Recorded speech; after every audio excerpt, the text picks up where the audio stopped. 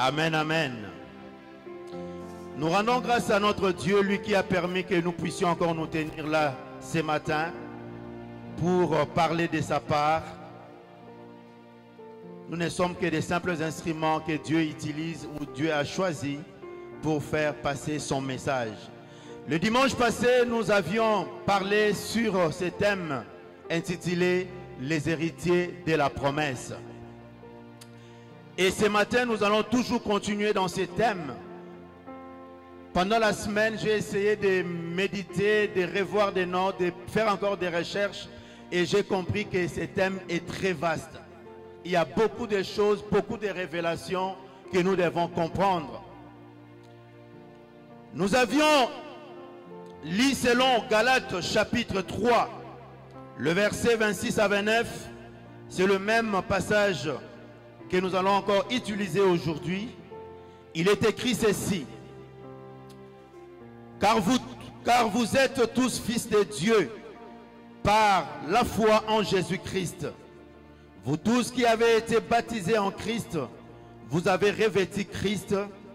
Il n'y a ni juif, il n'y a plus ni juif ni grec, il n'y a plus ni esclave ni libre, il n'y a plus ni homme ni femme, car tous vous êtes un en Jésus-Christ.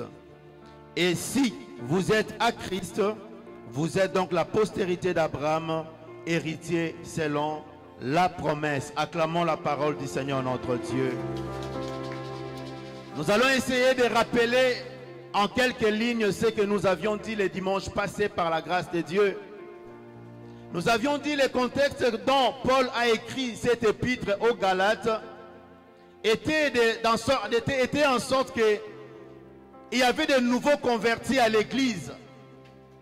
Et donc, il y avait certains enseignants qui donnaient des enseignements qui ne cadraient pas par rapport à la vision, par rapport à la sainte doctrine. Alors Paul, pour ne pas perdre les croyants, il écrit ces lettres. Et dans ces chapitres que nous avons lus, le chapitre 3, l'apôtre Paul dit, comparablement à ce que les autres enseignants disaient, pour être sauvé, il faut être circoncis physiquement, il faut faire tel ou tel ou respecter la loi de Moïse. L'apôtre Paul tient à éclaircir les choses en disant au verset 26, car vous êtes tous fils de Dieu par la foi en Jésus-Christ. C'est-à-dire par Jésus-Christ, nous obtenons cette identité d'enfant de Dieu. Par Jésus-Christ, on reçoit ce titre-là d'enfant de Dieu. Nous l'avons dit dans Jean chapitre 1, le verset 12 à 13, que nous connaissons tous.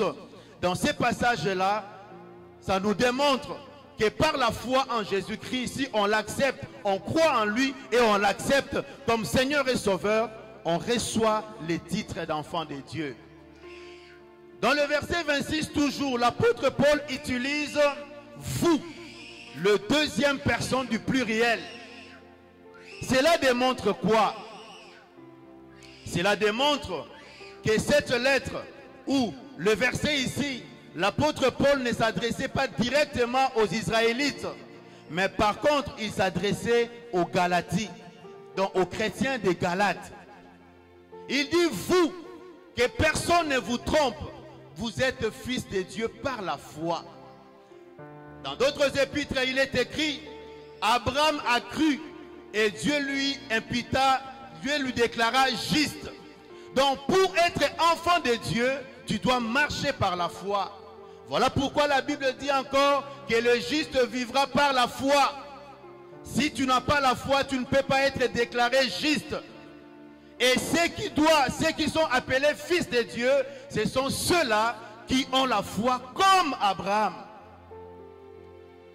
L'apôtre Paul continue à expliquer que vous tous qui avez été baptisés en Christ, vous avez revêtu Christ. Vous avez revêtu Christ. Je me tiens devant une assemblée de gens qui ont revêtu Christ. Mais comment expliquer ce mystère?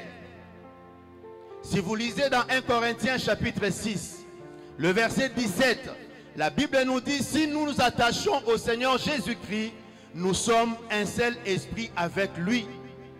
Et dans 1 Corinthiens chapitre 12, les versets 12 à 14, l'apôtre Paul explique encore que nous tous, nous formons un seul corps. Christ est le chef et la tête de l'Église. Comme le corps a une tête, c'est la tête qui dirige tout. Et Christ est la tête de l'Église. Et nous, nous sommes les membres. Le verset 27 de Galates 3 précise que ceux qui ont été baptisés en Christ, il parle ou il fait allusion au baptême du Saint-Esprit ou au baptême dans l'Esprit. Que ceux-là qui ont reçu le baptême en Christ, ils forment un seul corps. Dans ce corps, c'est Christ qui dirige. Que tu sois congolais, tu es représenté dans ce corps-là comme un pied. Que tu sois juif, que tu sois grec, que tu sois femme, que tu sois homme, que tu sois esclave ou libre, chacun de nous a une place dans ce corps et joue pleinement son rôle. Et donc Paul insiste pour dire aux gens que lorsqu'il dit il n'y a plus ni juif ni grec, il veut dire tout simplement qu'en Christ, personne ne peut croire qu'il est plus considéré que les autres. Personne ne peut prétendre dire qu'il est plus aimé que les autres. Nous sommes tous dans un corps qu'on appelle Église, dans d'autres termes, corps du Christ. Alléluia. Dans ce corps, Christ est le seul. C'est lui qui gère tout. Voilà pourquoi il est écrit, vous avez revêtu Christ.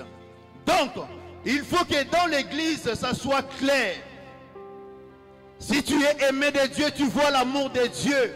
Ne te dis pas que Dieu t'aime par plus que l'autre. Non. Personne ne peut dire qu'il est plus privilégié que les autres. Il n'y a plus ni juif ni grec. Dans le corps, c'est juste Christ qui est élevé. Alléluia. Et voici, et si vous êtes à Christ, vous êtes la postérité d'Abraham, héritier selon la promesse. Vous êtes héritier de la promesse. Vous êtes postérité d'Abraham. Ici, bien aimé, j'insiste sur la postérité d'Abraham. Nous avons défini un héritier. Un héritier, nous avions dit, un héritier, selon les dictionnaires françaises, un héritier, c'est toute personne, ou un héritier désigne toute personne qui dispose d'un droit dans une succession. Toute personne, homme ou femme, qui dispose d'un droit dans une succession. Quelqu'un qui avait des biens, cette personne meurt, il laisse ce bien. Et si ton nom est énuméré, est inscrit dans la liste des gens qui doivent hériter, là tu as les droits. Mais dans le christianisme, dans d'autres termes, même selon la religion, ce n'est pas comme ça. On nous définit un héritier d'une certaine façon. On nous dit ceci, un héritier est celui qui reçoit la promesse attribuée par droit de descendance. Une personne, homme ou femme, qui reçoit la promesse, tu peux écrire en majuscule promesse attribuée par droit de descendance. C'est très important. Paul, toujours dans Galates chapitre 4, le verset 28, nous n'avons pas lu cela le dimanche passé, il explique cela très bien. Lorsqu'il s'adresse aux chrétiens de Galates, il dit ceci au verset 28, le chapitre 4. Nous lisons par la grâce de Dieu. Pour vous, frères, comme Isaac, vous êtes enfants de la promesse. Pour vous, frères, comme Isaac, cela veut dire quoi? De la même façon qu'Isaac, au même titre qu'Isaac, vous êtes aussi fils de la promesse. Parce que nous nous rappelons que quand vous lisez Genèse chapitre 15, chapitre 16 et vous avancez encore, Dieu a promis à notre père Abraham qu'il aura un successeur, un héritier qui doit hériter de tous ses biens. Il parlait d'un héritier, il parlait dans le sens physique, mais il parlait aussi spirituellement. Alors ici, Paul éclaircit les choses pour dire que la promesse a été faite à Abraham. Il va avoir un héritier. Il s'agissait d'Isaac. Alors l'apôtre Paul éclaircit les choses. Il dit, pour vous frères, nous allons encore expliquer pourquoi frères. Vous, comme Isaac, vous êtes aussi enfants de la promesse. C'est-à-dire, nous et Isaac, fils biologique d'Abraham, nous sommes au même pied d'égalité. Est-ce que vous comprenez ces choses? Je ne sais pas dans ta version qu'est-ce qu'il est écrit, mais dans ma version, c'est écrit comme Isaac. On fait allusion, donc c'est-à-dire que dans la pensée de Paul, il nous met au même pied d'égalité. Donc les promesses que Dieu a faites à Isaac, c'est aussi la nôtre.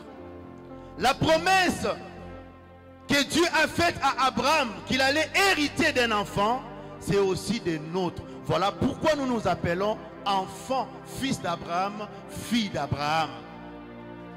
Donc si tu es fille ou fils d'Abraham, tu es un héritier ou une héritière de la promesse. Regarde ton voisin de gauche et de droite, dis-lui, je suis fille, fils de la promesse. Et lorsque dans Genèse chapitre 15, Abraham a voulu présenter Éléazar de Damas comme son prétendant, le futur héritier, parce qu'il dit dans la vision, oui mon corps est usé, j'ai pas d'enfant, il y a quelqu'un qui m'est fidèle, il y a quelqu'un qui me sert, il y a quelqu'un qui m'a accompagné. Lorsque j'ai combattu les pillards qui ont détruit Sodome, qui ont pillé mon neveu, cet héritier, ses serviteurs étaient là. Lorsque j'ai quitté ma famille, les serviteurs étaient là. Éléazar de Damas. Dieu dit, ce ne sera pas lui. Ça sera un enfant qui sortira de tes entrailles. C'est lui-là qui sera l'héritier. Amen, amen. C'est lui-là qui sera l'héritier. Alors nous disons ceci.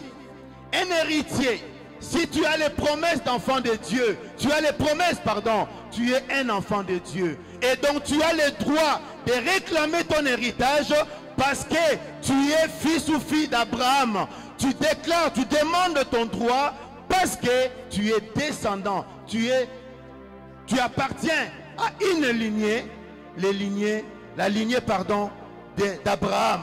Amen, amen. Voilà pourquoi dans Matthieu, le chapitre 1er, on a fait en fait la liste, la lignée, pour présenter que Christ même lui-même est fils d'Abraham. Alléluia. Comme Isaac, j'aime beaucoup ces passages. Comme Isaac, vous êtes enfants de la promesse. Nous avions parlé sur le deuxième point de notre héritage. Vous devez savoir, il y en a tellement beaucoup. Lorsque nous parlons de l'héritage, il y a beaucoup de choses que nous voulons énumérer. Mais le dimanche passé, nous avions dit que notre premier héritage, parce que souvent beaucoup de gens se trompent, souvent beaucoup de gens abandonnent la foi. Vous savez, quand tu as connaissance de ton héritage, ta façon de se comporter change. Ta façon de vivre change. Dans ce monde même, je vais prendre l'exemple. Quand quelqu'un gagne des millions, ou il a beaucoup d'argent, il est rare de voir cette personne aller manger dans des fast-food, n'est-ce pas? Parce qu'il sait qu'elle a trop de cholestérol. Si j'en prends beaucoup, je vais laisser mon argent. Quelqu'un d'autre va la prendre. il va faire attention. Il peut engager des diététistes, les gens qui vont l'aider à garder bien sa santé, à bien manger, à bien boire.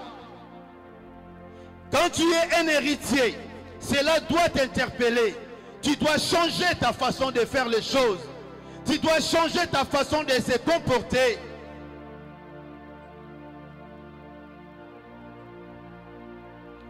Nous avions dit que nous devons prendre connaissance de notre héritage. La première héritage, ça c'est pas dans l'ordre, comment je peux dire ça? C'est moi-même j'ai établi selon que le Seigneur me donne chaque fois. J'écris selon l'ordre que le Seigneur me donne. La justification, la justification par la foi. Nous avions dit cela. Abraham a cru à Dieu, Dieu lui a déclaré juste. Pour obtenir la justification de tes péchés, tu dois croire. Amen, amen. Et quand tu es enfant de Dieu, tu crois, Dieu te justifie devant le diable et devant le monde. Nous avions dit aussi notre deuxième héritage, ou la première aussi, c'est le Saint-Esprit. La Bible dit que le Saint-Esprit, Dieu nous les a donnés comme un gage, comme le gage. Donc nous avions dit que cela veut dire tout simplement, c'est comme un acompte, un premier versement de la promesse que Dieu nous a donnée. Et cela, nous l'avons lu dans Galates chapitre 3, le verset 13 à 14, il est écrit, Christ nous a rachetés de la malédiction de la loi, étant devenu malédiction pour nous. Car il est écrit, maudit est quiconque est pendu au bois, afin que la bénédiction d'Abraham eût pour le païen son accomplissement en Jésus-Christ, et que nous ressuscitions par la foi l'Esprit qui avait été promis. L'Esprit qui avait été promis. Pour que nous puissions recevoir l'Esprit, il a fallu que Christ meure. Il a fallu que Christ aille à la croix. Et à la croix, c'était le symbole de la malédiction, parce que quelque part, il était écrit, maudit soit quiconque est pendu au bois. Il s'est fait malédiction pour toi et pour moi, afin que nous puissions avoir part à la bénédiction d'Abraham. Donc vous voyez, ici encore, on nous ramène à la bénédiction d'Abraham. La bénédiction, tu dois te positionner par rapport à une lignée, celle des enfants de Dieu, pour avoir part à cette bénédiction. Parce qu'à Abraham, Dieu lui a dit, je rendrai ton nom grand, je te bénirai parmi les nations, et toutes les nations de la terre seront bénies par toi. Donc si tu veux être béni spirituellement, tu dois l'être par Abraham. Tu dois être fils d'Abraham. Voilà pourquoi nous nous retournons encore à la définition de l'héritier. Nous l'avions dit, tu prends tu as ce droit-là de par ta descendance. Amen, amen. Ici, on nous révèle deux choses.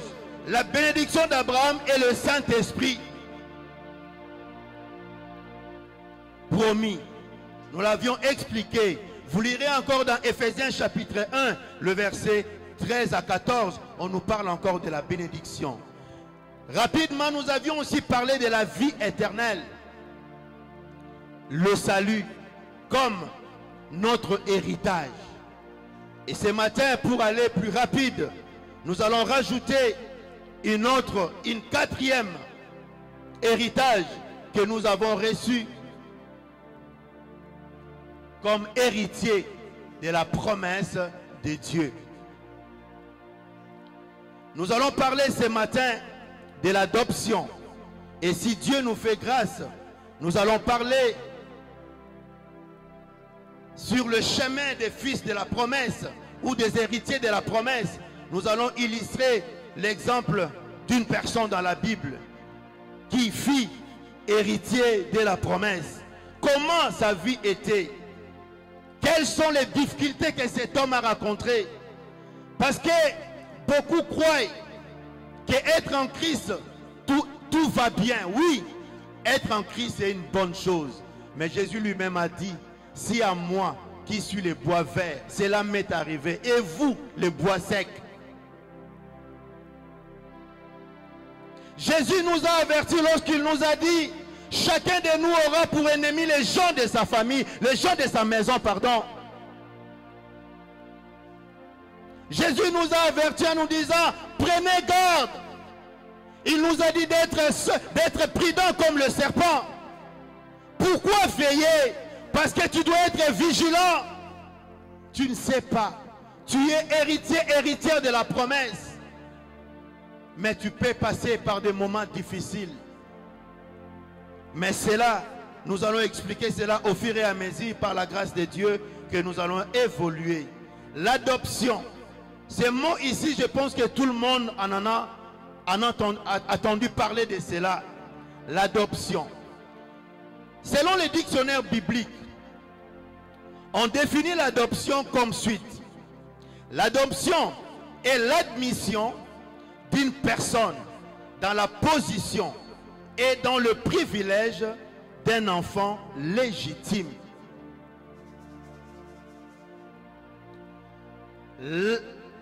L'adoption est l'admission d'une personne dans la position et dans le privilège d'un enfant légitime. Cela veut dire quoi? Si tu te fais adopter, ou si j'adopte quelqu'un, un enfant, homme ou femme, cet enfant-là va occuper une position, la même position que l'enfant légitime. Il aura ou elle aura le même privilège que l'enfant légitime. Si nous retournons dans ce qui nous concerne ce matin, dans cette définition, il y a trois choses. Position, privilège, enfant légitime. Qui est l'enfant légitime? Là, nous parlons de Jésus-Christ. Lorsqu'il est apparu dans ce monde, la Bible le nomme aussi Fils de Dieu. Amen, amen. Lorsqu'il entra dans le zoo de Jourdain, le ciel fut ouvert et la voix du Seigneur a parlé. Celui-ci est mon Fils bien-aimé en qui j'ai mis toute mon affection. Celui-ci est mon Fils. Donc lorsque nous parlons dans ce message ici de Fils légitime, nous voyons Jésus-Christ.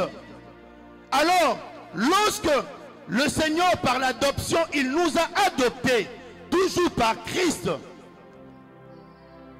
dans la pensée du Seigneur, dans sa vision, il nous met au même pied.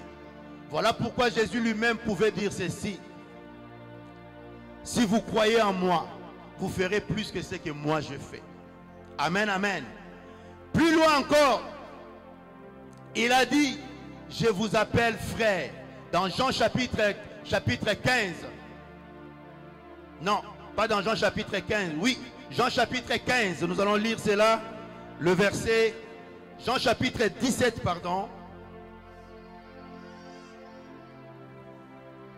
Lisons cela rapidement.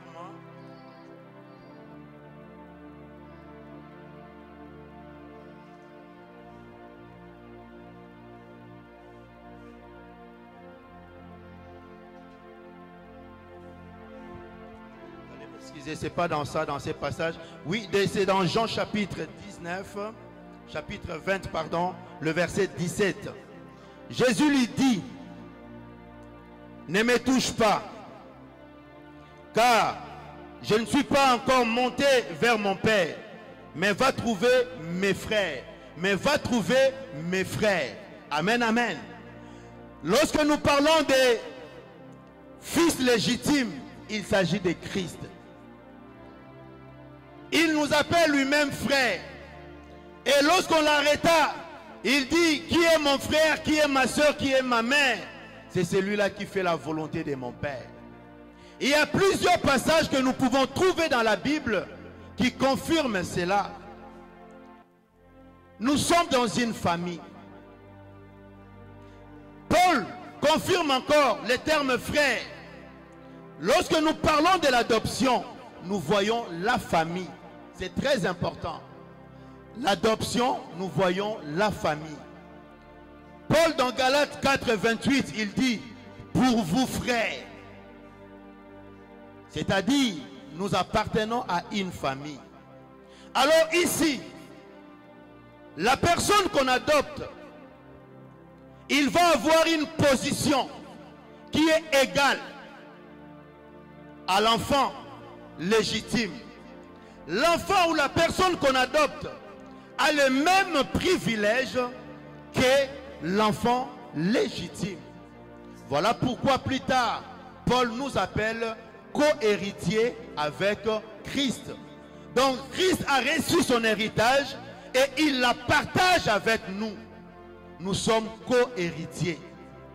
Est-ce que tu sais cela? Dis à ton voisin, ne me regarde pas comme ça.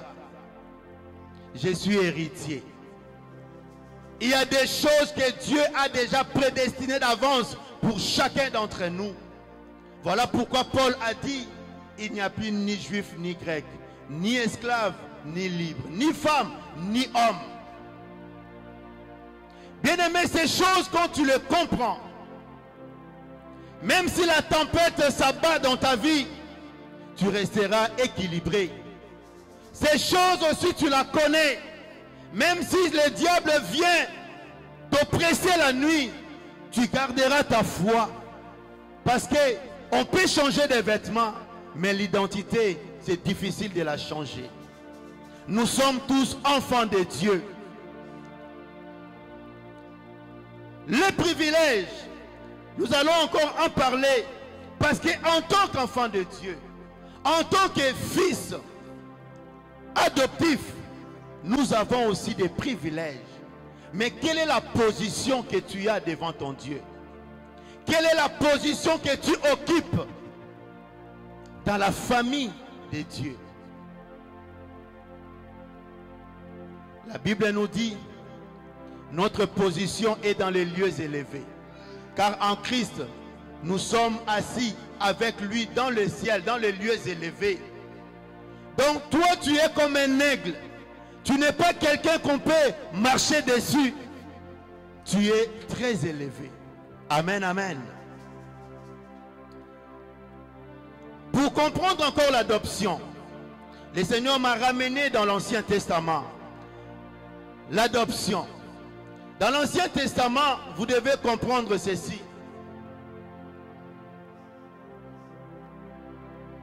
Pour être adopté, ou lorsque nous parlons de l'adoption, nous voyons fils, un homme ou une femme. Et là nous voyons aussi, nous avons aussi la pensée, nous voyons aussi la famille. Mais dans l'Ancien Testament, pour être appelé enfant de Dieu ou hébreu ou israélite, ce n'était pas donné à tout le monde.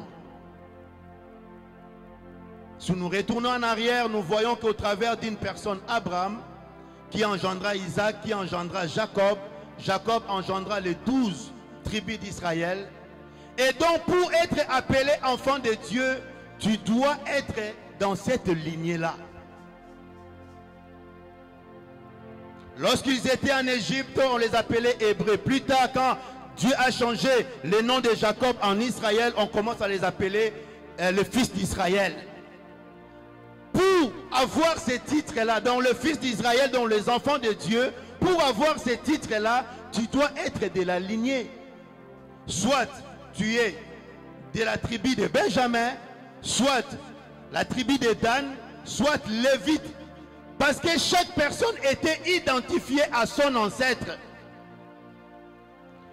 Voilà pourquoi dans Osée chapitre 11, le verset 1er, selon la version Louis II non révisée, il est écrit ceci.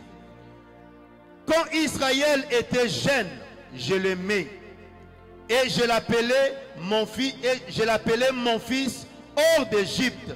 Et j'ai appelé mon fils hors de l'Égypte. Quand Israël était jeune, je l'aimais. Et je l'ai appelé hors de l'Égypte. Mon fils. Dans l'Ancien Testament, si tu étais cananéen, tu n'étais pas appelé fils de Dieu. Pour avoir ce titre, il faut être de la lignée d'Abraham. Aujourd'hui, dans la nouvelle alliance, ce n'est pas ainsi. Amen, amen. Et dans Genèse chapitre 15, le verset 1 à 3, lorsque Dieu parla à Abraham dans une vision, et Dieu lui dit, je te bénirai. Abraham dans la vision, il va répondre à Dieu, Seigneur, je m'en vais, je suis déjà vieux, et j'ai ici quelqu'un que je peux léguer mes biens, un héritier. Dieu lui dit, ce n'est pas Eliezer qui sera ton héritier, mais c'est celui qui sortira de tes entrailles, Isaac. Amen, amen. Donc, dans ces temps-là, même la condition pour faire l'adoption, Dieu ne l'avait pas encore permis. Imaginez un instant, si Dieu avait accepté que Eliezer soit héritier d'Abraham, nous serions où aujourd'hui? Parce que Christ même, le sacrifice de la croix, allait être vain. Amen, amen. Dieu n'a pas désigné en ces temps-là Eliezer. Dieu n'a pas voulu, parce qu'il fallait que Isaac vienne. Isaac, vous savez, quand Dieu est allé, quand son père Abraham est allé le livrer, le sacrifier à la croix, Isaac était même la préfiguration de Christ. Il était même l'image du sacrifice futur que Christ allait faire. Donc il ne fallait pas que Dieu puisse accepter en ces temps-là Eliezer. Dieu a choisi Isaac. Amen, amen, comme fils. Mais dans la nouvelle alliance, dans le Nouveau Testament, Dieu introduit la notion d'adoption. Lorsque nous lisons dans Romains, chapitre 8, le verset 14 à 17, il est écrit ceci. Nous allons beaucoup lire ce matin.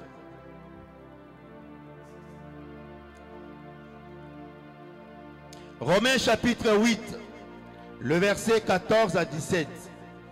Car tous ceux qui sont conduits par l'Esprit, l'Esprit de Dieu, sont fils de Dieu. Et vous n'avez point reçu un esprit de servitude pour être encore dans la crainte, mais vous avez revêtu un esprit d'adoption par lequel nous crions Abba Père. L'Esprit lui-même rend témoignage à notre esprit que nous sommes enfants de Dieu. 17. Or, si nous sommes enfants, nous sommes aussi héritiers,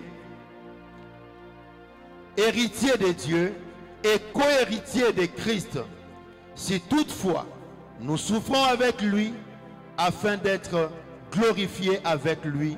Acclamons la parole du Seigneur notre Dieu. Dieu nous a donné l'esprit d'adoption auquel nous pouvons crier, nous pouvons appeler Dieu Père. L'adoption. Par l'adoption, bien-aimés, Christ a fait de nous enfants. Comment cela s'est fait? Christ nous a rachetés par son sang. Par son sacrifice à la croix, il a racheté les hommes de toute tribu, de toute race. Si vous lisez Apocalypse chapitre 5, tous les chapitres, vous allez les voir, surtout les premiers versets jusqu'au 6e verset. Christ a racheté les hommes de toute tribu, de toute race. Il a fait de nous des sacrificateurs et des enfants de Dieu. Par le sacrifice de la croix, il a versé son sang. Il nous a rachetés. Il a racheté les noirs, les blancs, les juifs, toute la race. Il les a rachetés pour Dieu. Et par ces rachats-là, nous avons le privilège ou le titre d'être appelés enfants de Dieu. Voilà pourquoi ici, Paul nous rappelle que tous ceux qui sont conduits par l'Esprit de Dieu sont fils de Dieu. Et vous n'avez point reçu un esprit de servitude pour être encore dans la crainte, mais vous avez reçu un esprit d'adoption. Un enfant de Dieu qui croit, qui a un jour décidé de se repentir, de recevoir Christ dans sa vie comme Seigneur et Sauveur, ne peut plus avoir peur du monde, ne peut plus avoir peur du diable, ne peut plus avoir peur des tempêtes, ne peut plus avoir peur des choses qui sont dans ce monde. Il ne peut plus avoir peur parce qu'il est enfant de Dieu, héritier de Dieu. Les promesses de Dieu sont oui et amen dans sa vie. Même si aujourd'hui il est piéton, même si aujourd'hui il traverse des moments difficiles, il reste toujours héritier. Il y aura un temps fixé par son maître, un temps fixé par le juge qui t'appellera et qui te fera entrer dans le temps ton droit et tu hériteras parce que tu es héritier. Beaucoup abandonnent la foi. Ils courent derrière les miracles parce qu'ils ne savent pas qu'ils ont déjà leur héritage qui les attend. Amen, amen. L'adoption. Dieu nous a rachetés. Il nous a adoptés par Christ. Et par Christ, nous sommes appelés fils de Dieu. Voilà pourquoi Paul dans Galates 3, que nous avons lu à l'introduction, le verset 6, il dit, pour vous frères, vous êtes fils de Dieu. En Christ, vous êtes fils de Dieu. Amen, amen. C'est très important, bien-aimés. Et étant fils, nous appartenons à une famille. Voilà pourquoi dans l'église, quand tu vois un frère, une sœur se comporter mal vis-à-vis d'un frère, vis-à-vis d'une sœur, il n'a jamais compris le mystère d'adoption. Il n'a jamais compris que nous avons un seul Père, nous avons un seul esprit et nous sommes dans une seule famille. Le problème de ta soeur, c'est ton problème. Le problème de ton frère, c'est ton problème. Si ton frère tombe, aide-le à se relever, parce que si les gens du monde se moquent de lui, ils se moquent aussi de toi.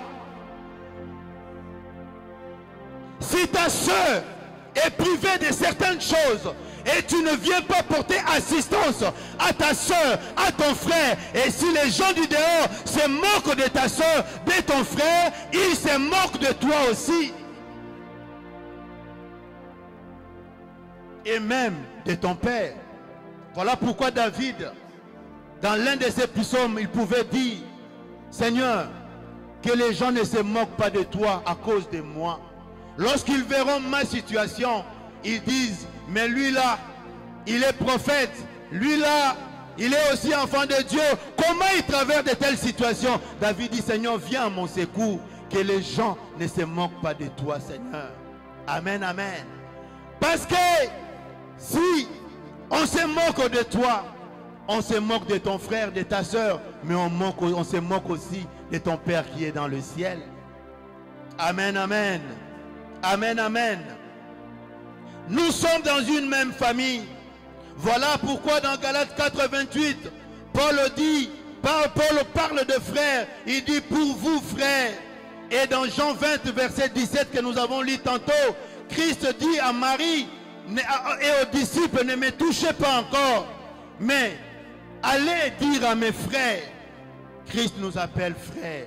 Avant d'appeler frères, après la résurrection, quelque part Jésus a dit, je vous appelle mes amis. Amen, amen. Il y avait, après la résurrection, la relation a changé. Avant, les disciples étaient amis. Christ les appelait amis. Parce qu'avec amis, on peut se dire des vérités. On peut se confier à un ami. On peut demander le secours de son ami. On peut se demander la présence de son ami. Et on sait, Proverbe dit, quand quelqu'un a des problèmes, quand tu as des problèmes, un ami est précieux.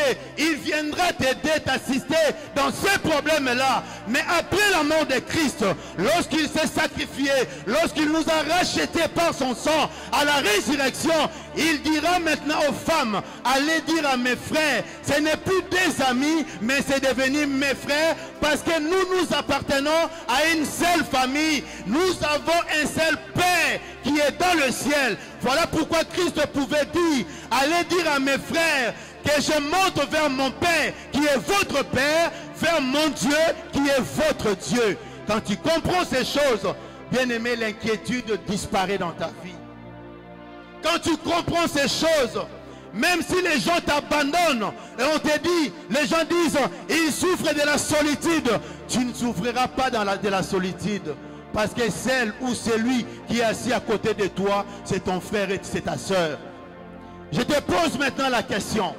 Est-ce que tu considères celle qui est assise à tes côtés ou celui qui est assis à tes côtés comme étant ton frère ou ta soeur? Alors si tu la considères ainsi, change ton comportement, change ton attitude envers les frères qui sont dans cette église et qui sont dans le corps du Christ. Amen, amen. Tu dois changer. L'apôtre Paul dit, lorsque j'étais enfant, j'ai parlé comme un enfant, je me comportais comme un enfant, mais quand j'ai grandi, j'ai fait disparaître toutes ces choses. Oui, pourquoi je parle de cela? Parce que quand tu es héritier et tu es encore au niveau d'enfant, on ne peut pas te donner ton héritage. Tu es assujetti par des tuteurs, des gens qui seront là pour t'encadrer. Mais lorsque tu deviens fils, tu grandis, tu deviens mature, on te donne ton héritage que tu peux gérer toi-même. Est-ce que tu es encore enfant ou tu es fils? Lorsque Isaac, la Bible dit fils, c'est vrai, il y a eu une fête parce que l'héritage était là. Et Rebecca, pardon, pas Rebecca, Sarah a vu Ismaël et sa mère rire dans un coin. Il dit non, non, non, non, non, non, non, non.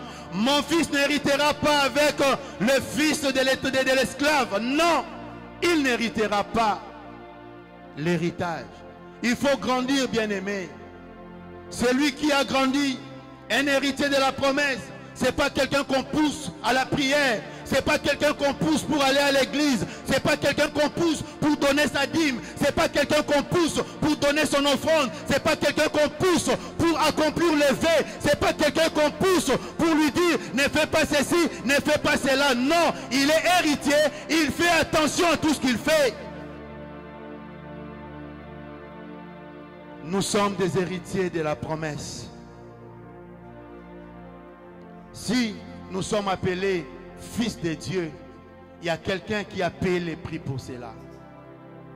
Voilà pourquoi Paul, je m'imagine, quand il voyait les gens se comporter d'une certaine façon, son cœur pleurait. Il pouvait dire, dans vos péchés, celui qui pêche, crucifie encore le Seigneur. Jésus ne devait pas mourir 3-4 fois, non, une seule fois. Et à chaque fois que nous péchons, nous ramenons Christ à la croix. Nous les ramenons à la croix. Ce n'est pas comme ça que ça doit se passer. Hier, on ne pouvait pas avoir ces droits-là. On ne pouvait même pas être adopté. On ne pouvait pas. Abraham a dit à Dieu, Eliezer est là. Dieu a dit non, pas Eliezer, Isaac. Il faut que cet enfant sorte de tes entrailles. L'adoption dans l'Ancien Testament, dans le sens spirituel, était impossible. Mais dans la Nouvelle Alliance, par Christ, Dieu l'a rendu possible. Et il a versé son sang pour toi et pour moi. Vous devez comprendre aussi, selon les recherches que j'avais faites, selon les dictionnaires bibliques, ils expliquent l'adoption. Ils prennent l'exemple des Romains. Ils disent quoi? Les Romains, dans leur culture, quand ils adoptaient une personne, pour eux, dans leur pensée, cette personne était c'était comme un nouveau départ pour lui. Donc cette personne était comme un né de nouveau. C'était la nouvelle naissance. Voilà pourquoi, lorsque Paul s'adresse aux Romains, il leur parle dans des mots, dans des phrases qu'eux-mêmes devaient bien comprendre. Lorsqu'il explique le mystère de Christ par rapport à l'adoption, par rapport à notre adoption, il utilise le mot adoption pour que ça soit clair dans la tête des Romains. Amen, amen. Donc, c'est toujours facile de parler, d'expliquer quelqu'un une chose dans la langue qu'il comprend bien. C'est toujours facile et je dirais même apprécié d'expliquer quelqu'un les choses dans le terme qu'il comprend ou qu'il maîtrise. L'apôtre a parlé de l'adoption aux Romains parce que dans leur tête, quand ils adoptaient, c'était la nouvelle naissance. Si cette personne est encore enfant, ils les laissent dans la maison, mais ils jouissent de la même privilège que tous les enfants de la maison. Mais attendez, lorsque l'enfant atteignait un certain âge, on voit qu'il a maintenant grandi.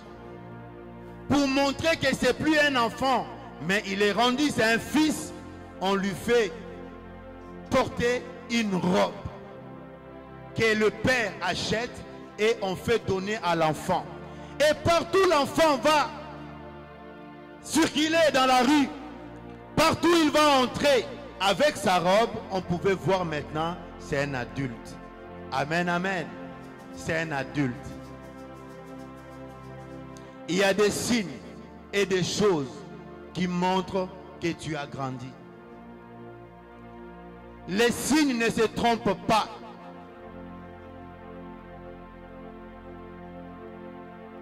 Il y a des choses qu'on peut voir en toi et on peut dire non, il est mature.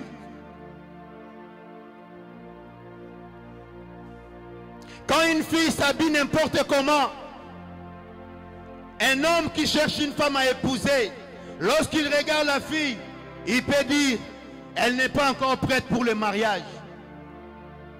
Parce que les signes ne se trompent pas.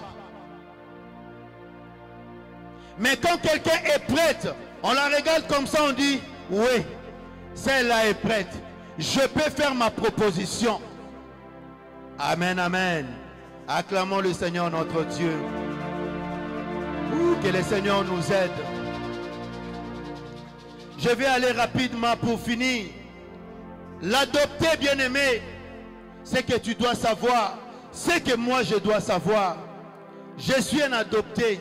Le Seigneur m'a adopté par le sacrifice. Christ a payé le prix pour m'avoir. Il a versé son sang pour t'avoir. Tu dois comprendre qu'un adopté jouit du même privilège que le fils légitime. Comme j'avais dit tantôt, l'adoption, bien-aimé, est le noyau du message dans la Bible de la Nouvelle Alliance. Dans la Bible, l'adoption, c'est le noyau du message. Parce que tout part par le point de départ, c'est d'abord être enfant de Dieu. Un jour, je vous ai expliqué, on priait pour quelqu'un. On ne savait pas, la personne n'était pas guérie. Il avait le même problème. Mais un jour, quand la personne est revenue, il y avait ce jour-là un ancien, un expérimenté dans la prière. Et lorsqu'on a présenté la chose, le frère nous a regardé et nous a posé la question. Avez-vous déjà accepté cette sœur-là, Jésus-Christ, dans sa vie comme Seigneur et Sauveur? On s'est regardé.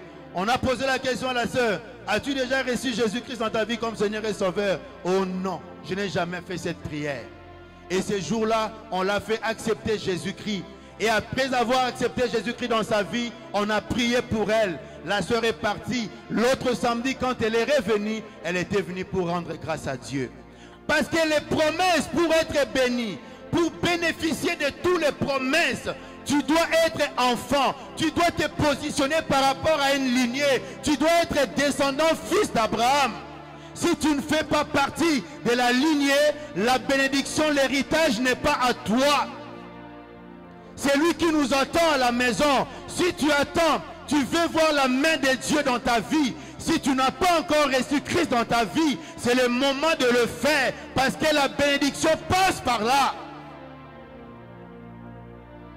Tout ce que nous pouvons parler du salut, le royaume des cieux, les bénédictions, tout cela, point de départ, enfant de Dieu d'abord.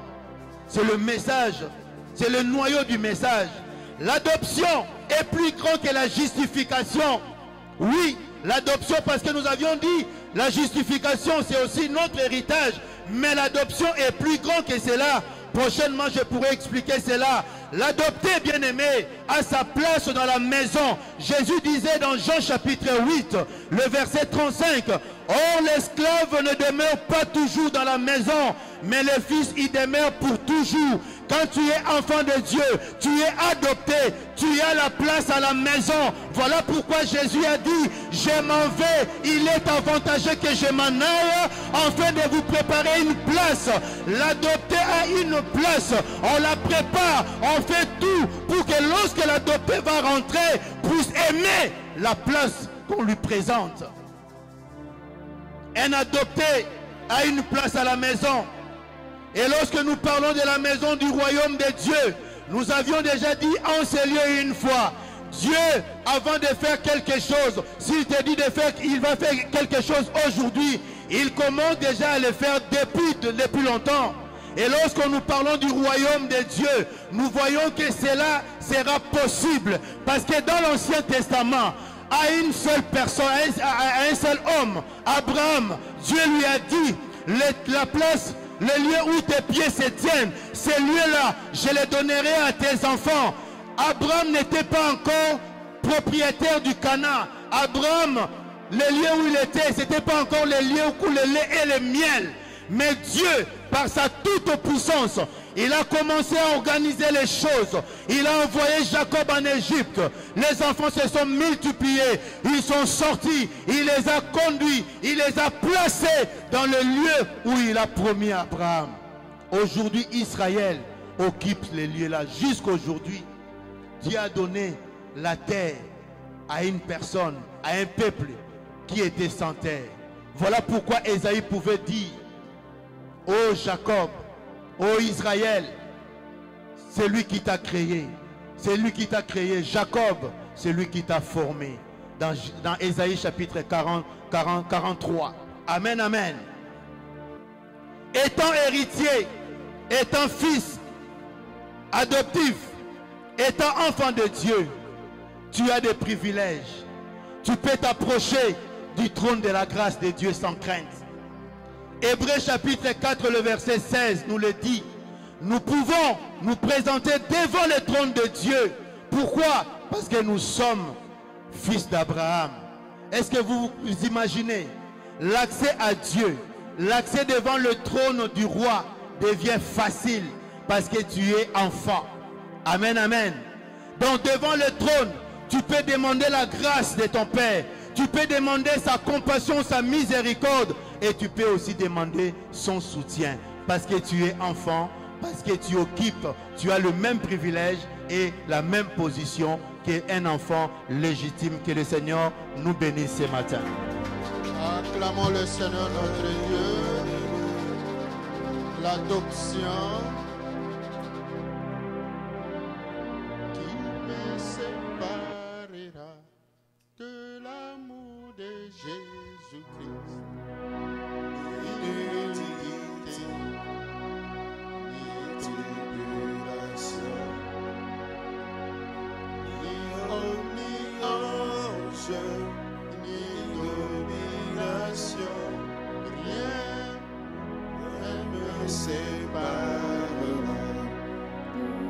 Acclamons le Seigneur notre Dieu. En résumé, la condition, comme on nous a enseigné, pour être fils de Dieu, pour avoir part à l'héritage, il faut sortir des entrailles d'Abraham, c'est-à-dire être fille biologique d'Abraham. Voilà pourquoi on considérait d'autres peuples comme impurs. La seule race pure, ce sont les enfants biologiques d'Abraham. Mais Dieu, dans son amour, pour nous amener à être tous sauvés, c'est pour cela la solution, c'est Jésus-Christ. Amen. La voie pour entrer dans la lignée d'Abraham, il faut recevoir Jésus-Christ comme Seigneur et Sauveur. Et en Jésus-Christ, il y a deux grandes choses. Le prédicateur, le berger, a appelé des privilèges. Parce que tu obtiens d'abord la position de devenir enfant d'Abraham. Tu es placé plus haut. C'est-à-dire, on t'a pris de la poussière et on t'amène dans le privilège. Et à partir de là, tu deviens aussi héritier. Non seulement tu reçois la vie éternelle, mais tu as aussi droit aux bénédictions que Dieu a promises à Abraham. À partir de ta foi en Jésus-Christ, tu es devenu ayant droit. Tu peux dire, Seigneur, tu as béni les enfants d'Israël, bénis-moi aussi, parce que moi aussi, je suis enfant d'Abraham. Seigneur, toi tu as dit à Abraham et à ses enfants, tout lieu que fleura la plante de vos pieds, je vous le donne en possession. Moi aussi, par ma foi en Jésus-Christ, je suis descendante d'Abraham. Mes pieds ont foulé le sol du Canada. Donne-moi possession. Acclamons le Seigneur notre Dieu. C'est ça qu'on vient de nous enseigner. Alors, le moyen c'est quoi?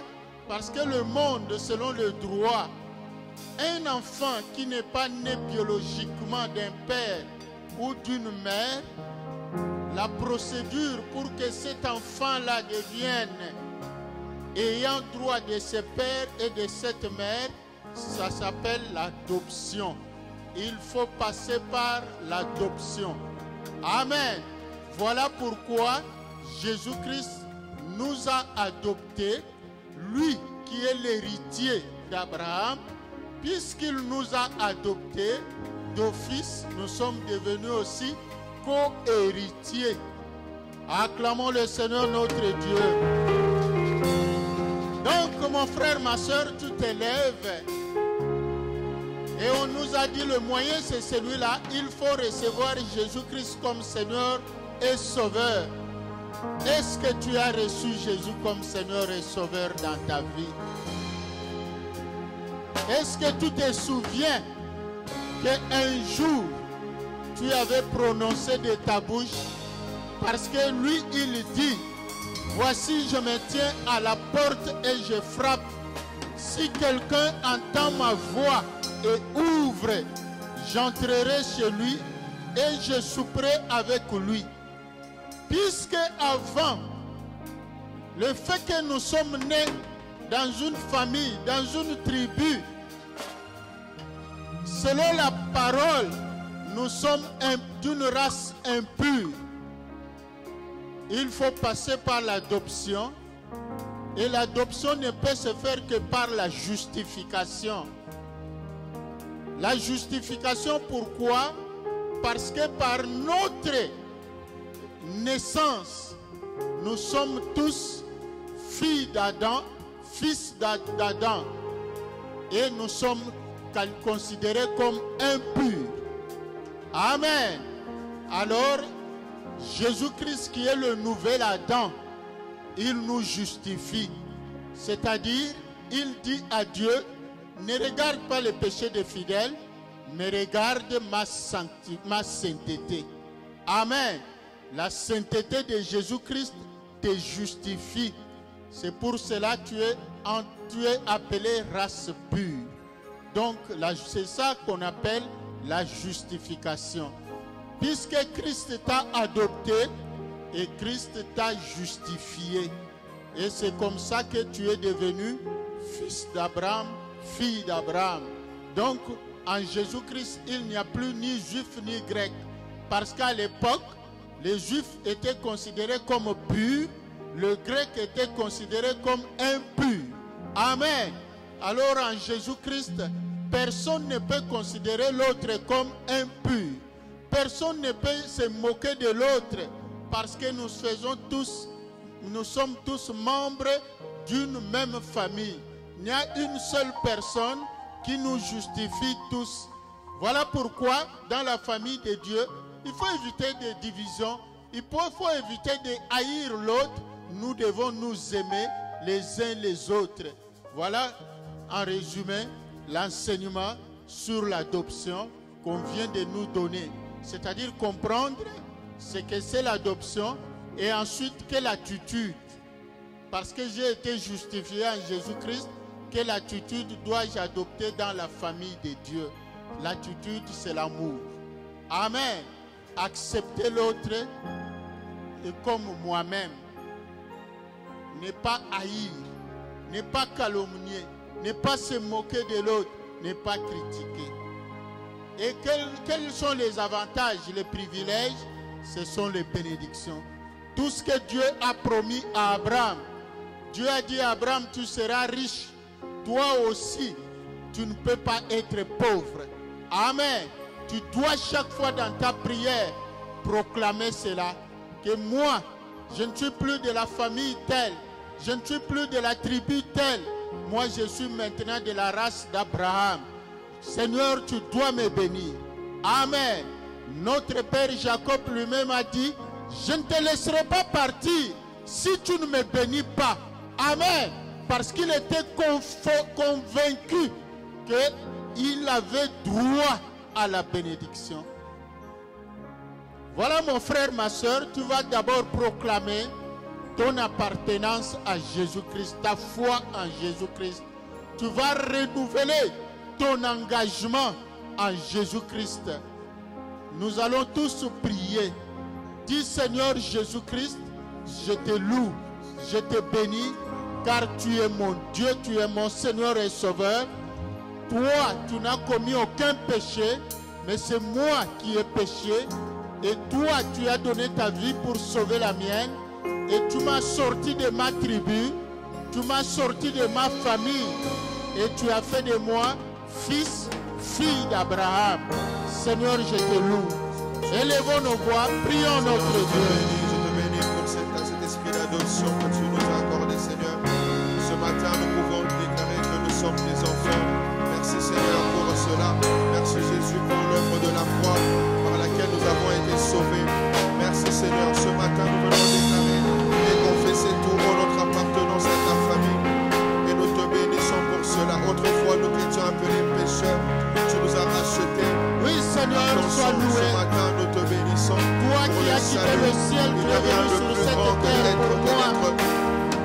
Seigneur, c'est moi qui ai péché. Moi et ma soeur, mon frère, nous avions fait ce qui est mal à tes yeux. Mais nous sommes sauvés. Voilà pourquoi ce matin, nous venons te bénir. Nous venons te dire merci, Seigneur. Merci, Seigneur, pour cette grâce. Nous qui ne sommes pas dignes, merci, tu Seigneur, nous as rendus dignes. Nous qui sommes de la race pure, tu nous as fait membres de la race d'Abraham, la race pure. C'est pour cela, Père, nous venons te louer et te glorifier pour ton amour, pour la vie éternelle que tu nous as donnée, pour toutes les bénédictions d'Abraham que tu nous as données. Seigneur, sois loué, Seigneur, sois béni, Seigneur, sois exalté. Alléluia. Seigneur, merci. Merci, Seigneur. Oui, mon frère, ma soeur, tu vas prendre possession de toutes les bénédictions, de toutes les promesses que Dieu a faites à Abraham. Tu vas proclamer que je ne suis plus grec, je ne suis plus de telle tribu, je ne suis plus de telle famille. Moi, je suis de la famille d'Abraham et je viens prendre possession de toutes les promesses que Dieu a données à Abraham. Mon frère, ma soeur, fais la proclamation. C'est un acte de foi. Prions notre Dieu. Oh Seigneur, je proclame. Seigneur, toi, tu es Dieu. Tu as dit, vous serez à la tête et non à la queue. Vous serez les premiers et non les derniers. Seigneur, je déclare que je suis né de nous Dieu. venons avec tout notre cœur. Nous sommes de la race d'Abraham. Seigneur, nous sommes à la tête et non à la queue. Nous refusons d'être les derniers. Nous refusons d'être à la queue. Nous sommes à la tête. Nous sommes les premiers. Alléluia.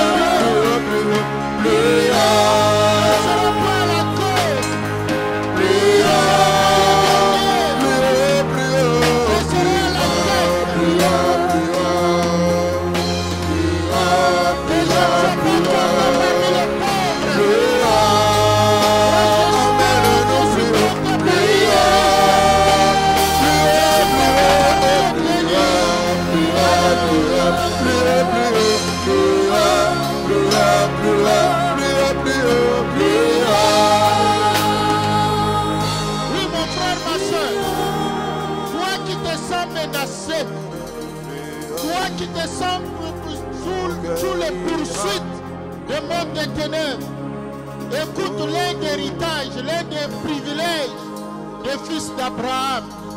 La Bible dit la sorcellerie ne peut rien contre Israël, ni la divination contre Jacob.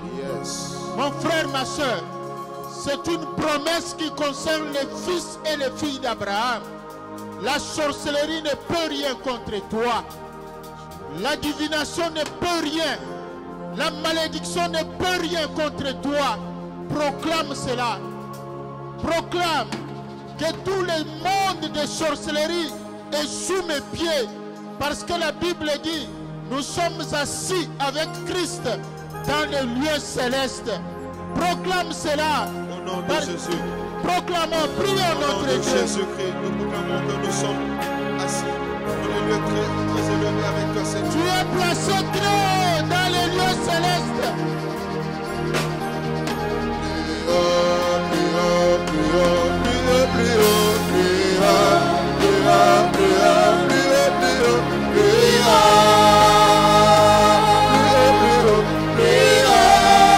Nous sommes placés plus haut,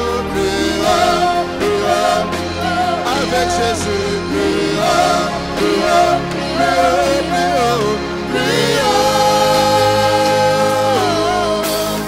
haut, avec Jésus, nous sommes plus haut, plus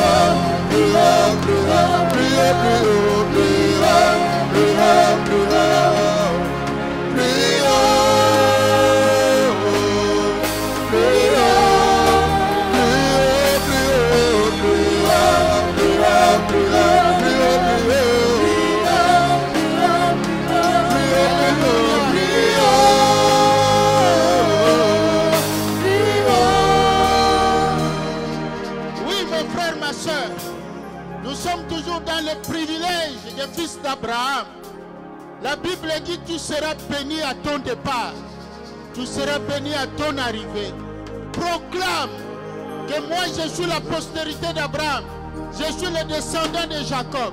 Chaque fois que je voudrais faire ma démarche, que je sois béni dès la sortie de ma maison, parce que c'est le privilège, c'est la promesse de Dieu. Tu seras béni à ton départ. Tu seras béni à ton arrivée. Partout où toi tu iras, au nom de Jésus, que ton pas soit béni. Proclame cela. Je proclame cela. Je suis béni. Que tu Je suis sois béni à tous égards au nom de Jésus. Je déclare, je décrète que je ne suis pas maudit, je suis libre. Je t'ai racheté au plus précieux, le plus grand. Ô Seigneur, au travers de l'œuvre de la croix, je suis béni. J'ai reçu la liberté, la bénédiction et je suis assis avec toi, Seigneur, comme il est écrit dans les lieux élevés. Nous sommes bénis de toutes sortes de bénédictions, dans les lieux célestes, comme il est écrit, Seigneur. Alors ce matin, je proclame la liberté, je proclame la vie, je proclame la grâce, je proclame ta main étendue sur nos vies. De ta main continue de t'accompagner. Au nom de Jésus-Christ, partout nous passerons, ta main est avec nous. Ce matin, nous proclamons la vie. Ce matin, nous proclamons la santé. Je proclame le succès à tous égards. Le succès à tous égards. Oh Seigneur, que ta gloire nous accompagne. Partout nous passerons. Au nom de Jésus. Oui, seras béni à ton départ. Dès le premier pas, que tu sois béni. Et là où il ira, dans n'importe quel bureau tu entreras, tu seras béni dans ce bureau-là. Tu seras béni dans la personne qui t'accueillera. Tu seras béni dans toutes tes démarches. Alléluia. Oui, mon frère, ma soeur, écoute. Nous sommes dans la prière. Ne sois pas distrait. C'est ta saison. C'est ton temps, le temps de Dieu. Dieu fait toutes choses bonnes en son temps.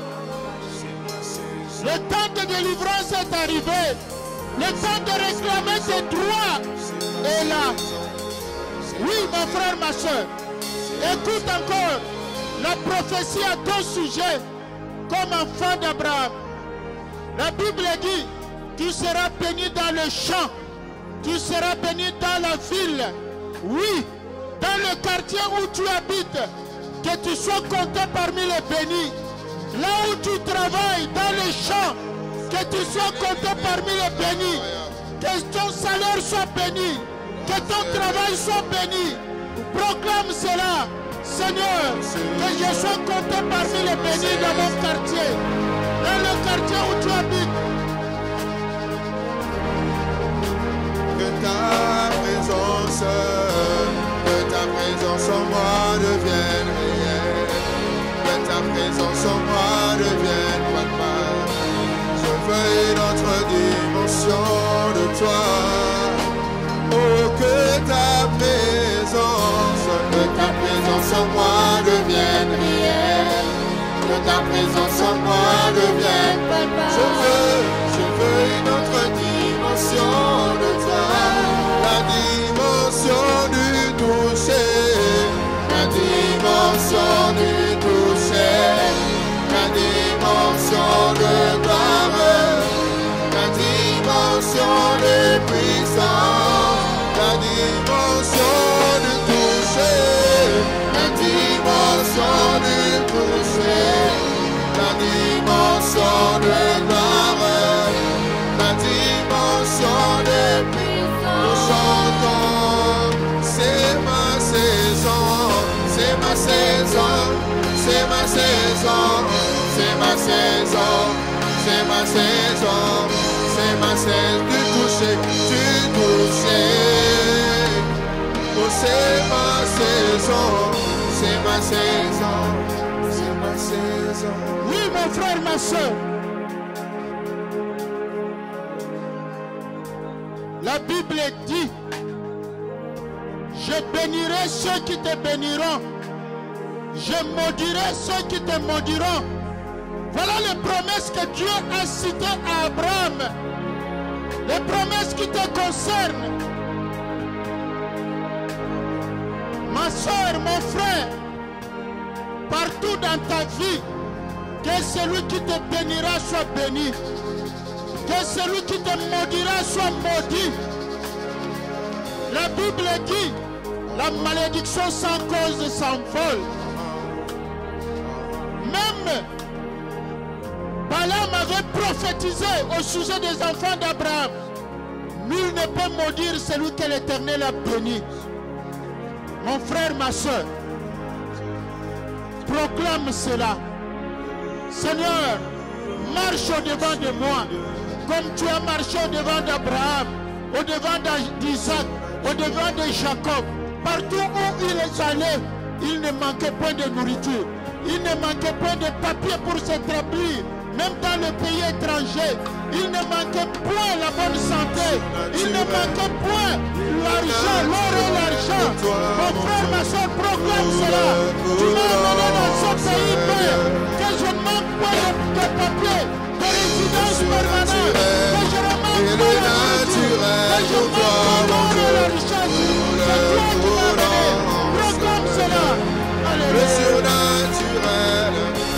surnaturel, et le naturel pour toi, mon Dieu, nous le voulons, Seigneur. Le surnaturel, et le naturel pour toi, mon Dieu, nous le voulons, Seigneur. Le surnaturel, surnaturel. Et le naturel pour toi, mon Dieu, nous le voulons. Et nous le voulons, c'est de nous le voulons. Et nous le voulons, c'est de nous le voulons.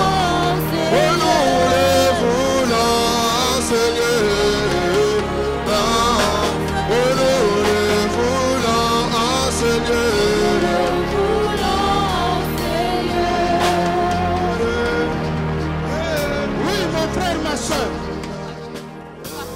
Jésus-Christ, c'est lui, l'héritier. C'est lui, l'enfant légitime. Écoutez, Pilate, sa femme avait rêvé le jour, la nuit, où Pilate devait juger Jésus. La femme de Pilate a rêvé. La femme a dit à son mari, cet homme-là, aujourd'hui, moi je n'ai pas dormi. Ne lui fais aucun mal. Mon frère, ma soeur, tout celui dans le monde visible et invisible qui voudra te faire mal, qu'il rêve de toi. Même celui qui traite ton dossier, ta demande, là où tu es introduit, qu'il rêve de toi. Que Dieu lui parle. Prions notre Dieu, prions. Même les sorciers doivent prier. Ça c'est le droit. Oh, Seigneur. Je vois la Shekinah. Oh, Seigneur. Je vois la Shekinah. En Seigneur, je vois la Shekinah. En Seigneur, je vois la Shekinah. Shekinah, Shekinah, Shekinah, Shekinah. Je la vois en Seigneur, je la vois. La Shekinah, elle entre en Seigneur. Comme la nuée, en Seigneur, elle te touche, elle te change, elle te transforme. Oh, reçois-la, oh oui, je la veux, oh oui, je la veux, oh oui, je la veux, oh oui, je la veux, oh oui, je la veux, oh oui, je la veux, oh oui, ton onction, je la veux, oh oui.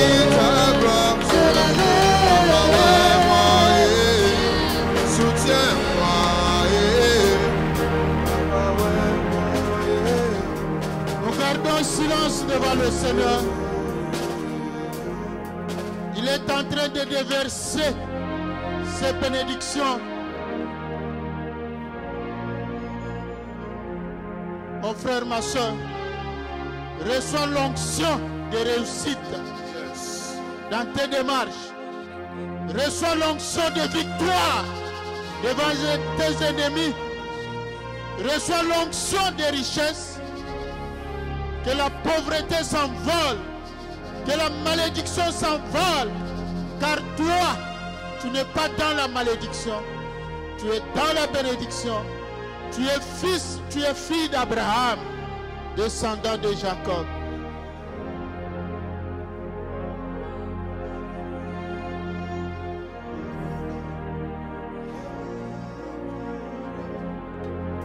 Tu as des problèmes de santé. Le Seigneur est en train de déverser sur toi son onction. La puissance de la résurrection de Christ est en train de se manifester dans ton corps. Sois seulement attentif à ce que Dieu est en train de faire.